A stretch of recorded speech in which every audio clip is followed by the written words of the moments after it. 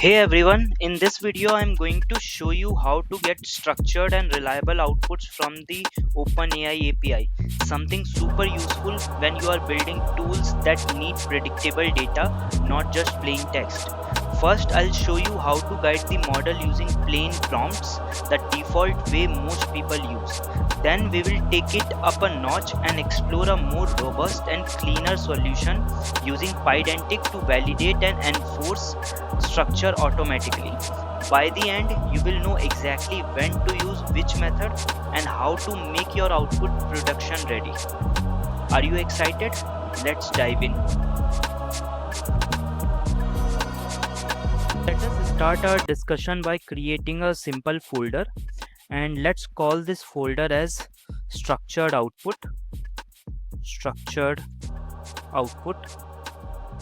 And let's quickly create a virtual environment to separate out our concerns from the existing Python installation. So what I'll do is I'll write Python m when, and since the convention is calling the when as .when, I'll go with the convention. And if I hit run, we will start seeing this directory getting created. And as soon as it is done creating, we need to install packages to interface with the OpenAI's API. So let's do that. And meanwhile, while this is happening, what I can do is I can copy this .env file. Now this .env file is used to specify your credentials. So this file has got one OpenAI API key. And how do we load it? So let me show you one second. So let me activate the virtual environment first. So after activating the virtual environment, what I'll do is I'll install some packages. So I'll install in particular OpenAI, and I'll install python.env. Now this .env is the package that we would be using to actually take this .env file and get the credentials from it. And if I hit run, we should be able to see the process getting run. Okay, so meanwhile, let me open a new command prompt and open Visual Studio Code. You are free to code in any browser, or not browser, sorry, you are free to code in any code editor that you wish. Let me show you how this .env looks like. I have increased the size because I don't want to expose my whole entire API key. So this is how this files looks like. So this has got this key and this value, which is essentially a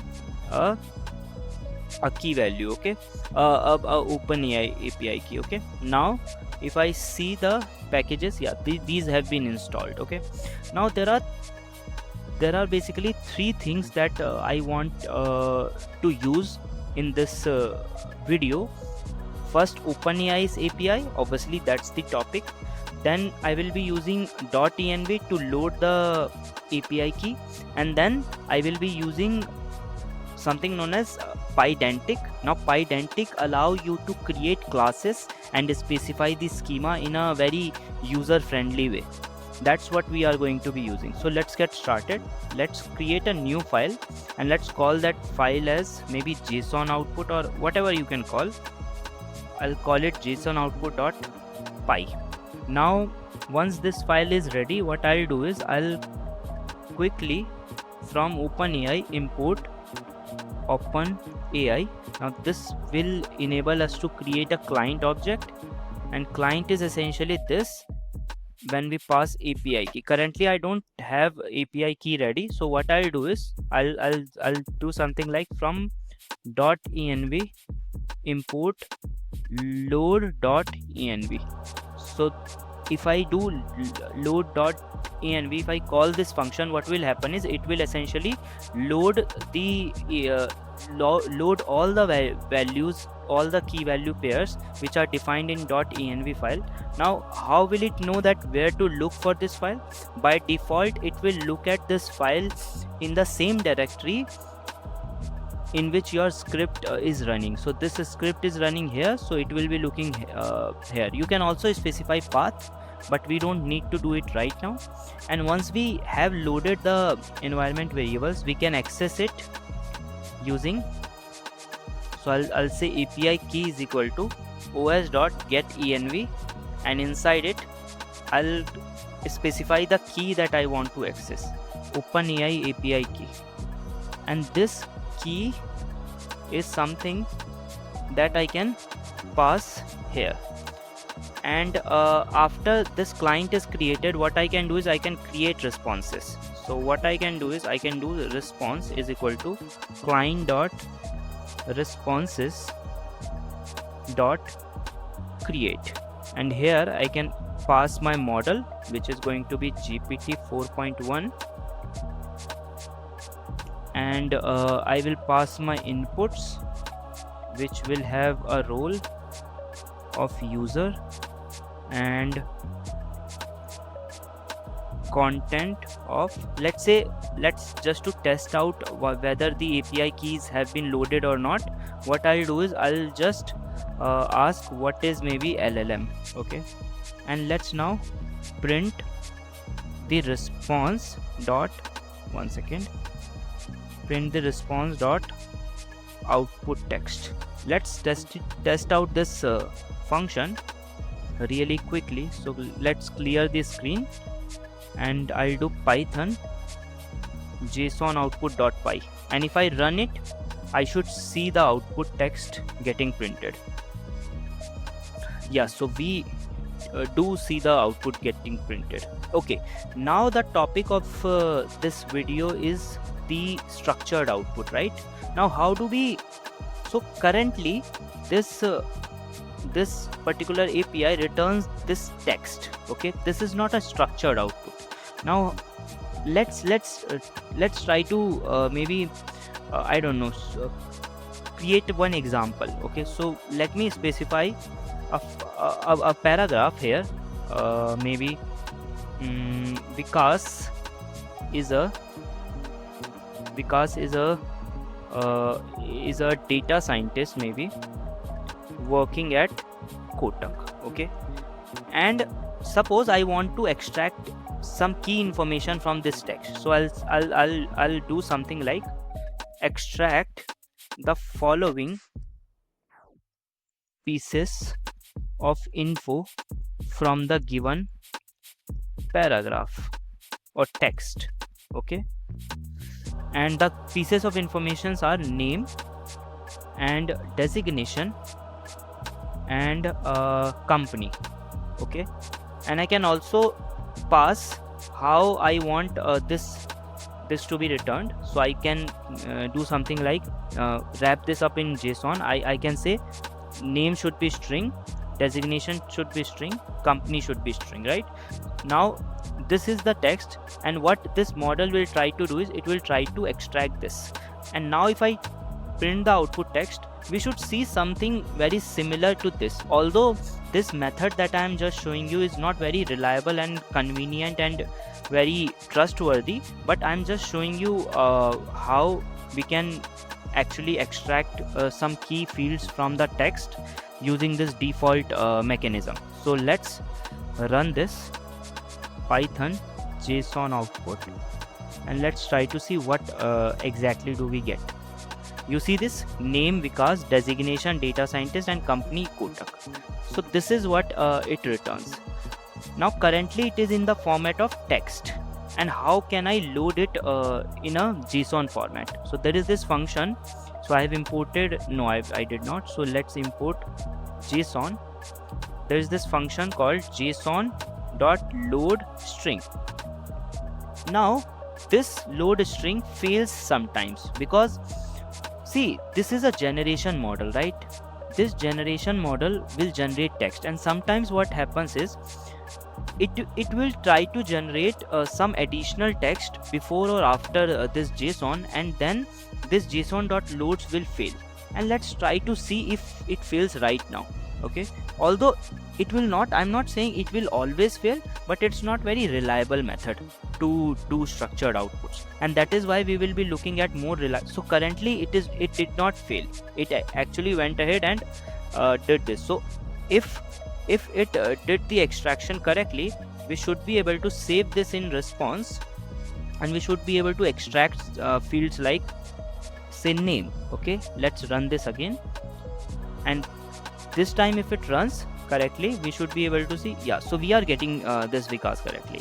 Now see, currently I am able to run it properly, but as your use cases will grow and as your needs will grow, you will find yourself in a situation where this is failing because the model is not listening to your request.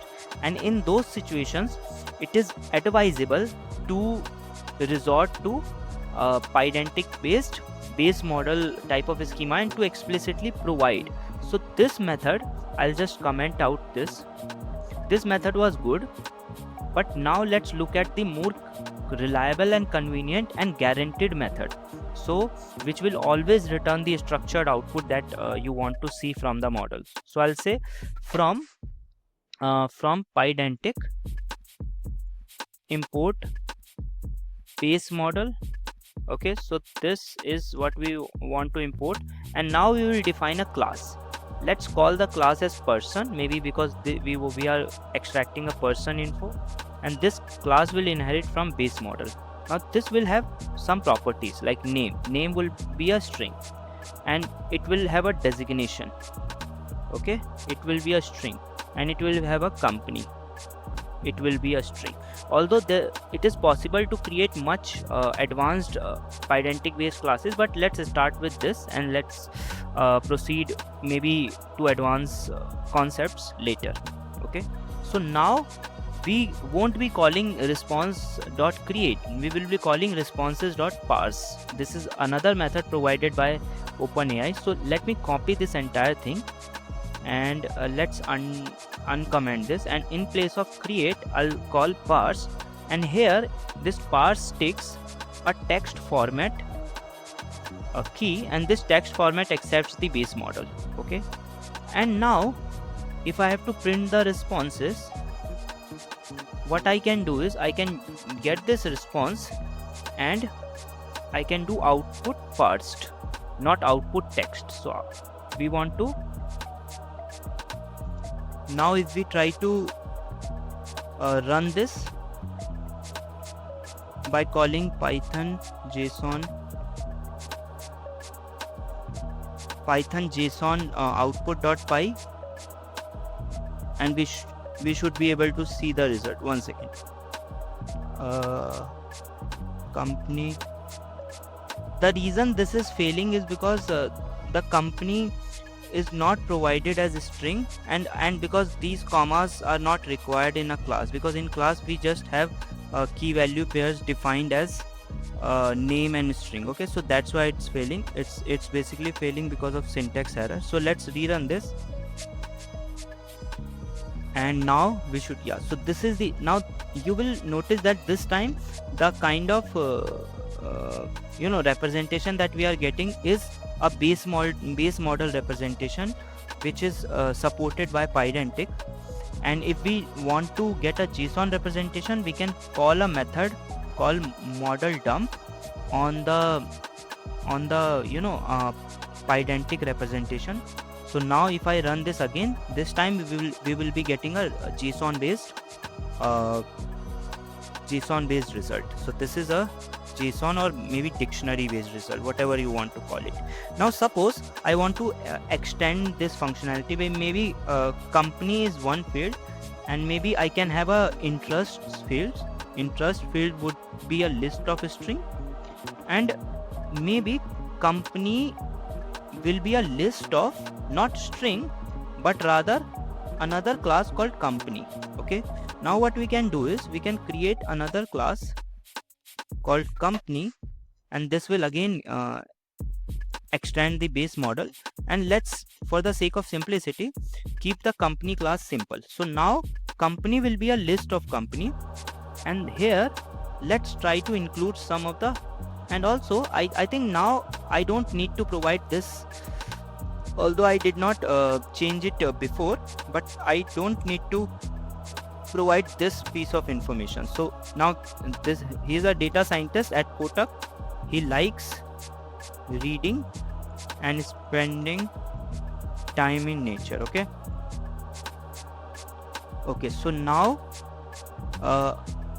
and he previously worked at Nagaro. Okay,